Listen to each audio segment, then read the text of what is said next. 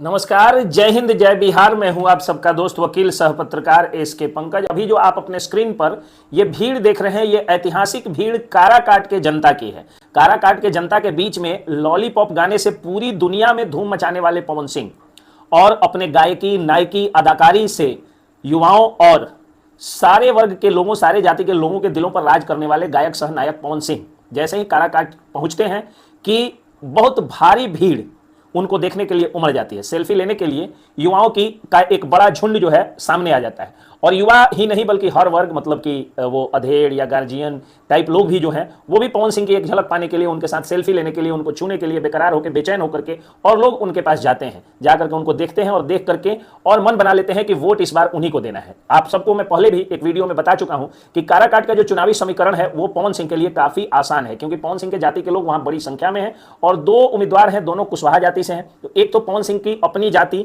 जो राजनीतिक जाति उनकी है राजपूत, तो उस राजपूत जाति के लोग अगर उनका समर्थन कर देते हैं और उसके अलावा बाकी दो जो लोग हैं कुशवाहा जाति से, बैकवर्ड फॉरवर्ड का गेम भी अपने देश, अपने राज्य में हमेशा से चलते रहा है। तो इस तरह से अगर फॉरवर्ड पूरा जो है वो पवन सिंह का साथ दे देता है तो भी पवन सिंह चुनाव जीत जाएंगे। और हर वर्ग का जो युवा ग्रुप है, युवाओं के बीच में जो उनकी फैनशिप है, जो उनके युवा जो है वो फैन है, वो लोग भी अगर उनको वोट दे देते हैं तो पवन सिंह को चुनाव जीतने का चांस बहुत ज्यादा है, यानी कयास लगाए जा सकते हैं कि पवन सिंह चुनाव जीत सकते हैं।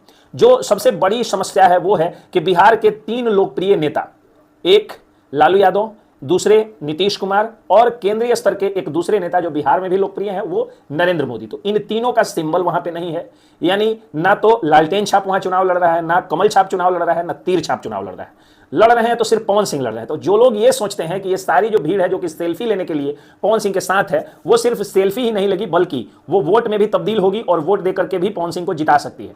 इसलिए क्योंकि उनके सामने नरेंद्र मोदी के नाम पर वोट देने के लिए कोई नेता नहीं है, यानी नरेंद्र मोदी और नीतीश कुमार के साझा प्रयास गठबंधन से वहां पर उपेंद्र कुशवाहा है। तो उपेंद्र कुशवाहा के सामने कमल छाप नहीं है, यानी उपेंद्र कुशवाहा कमल छाप से नहीं लड़ रहे हैं। तो मोदी का विरोध करने वाली जो एक समस्या है कि कैसे इतने पॉपुलर नेता का हम लोग विरोध करें, वो समस्या से निदान। दूसरी चीज कि जो बाकी भी पार्टियां हैं, नीतीश कुमार का सिंबल या बाकी भी पार्टियों का जो सिंबल है, जो लोकप्रिय पार्टियां हैं, वो भी सिंबल नहीं है।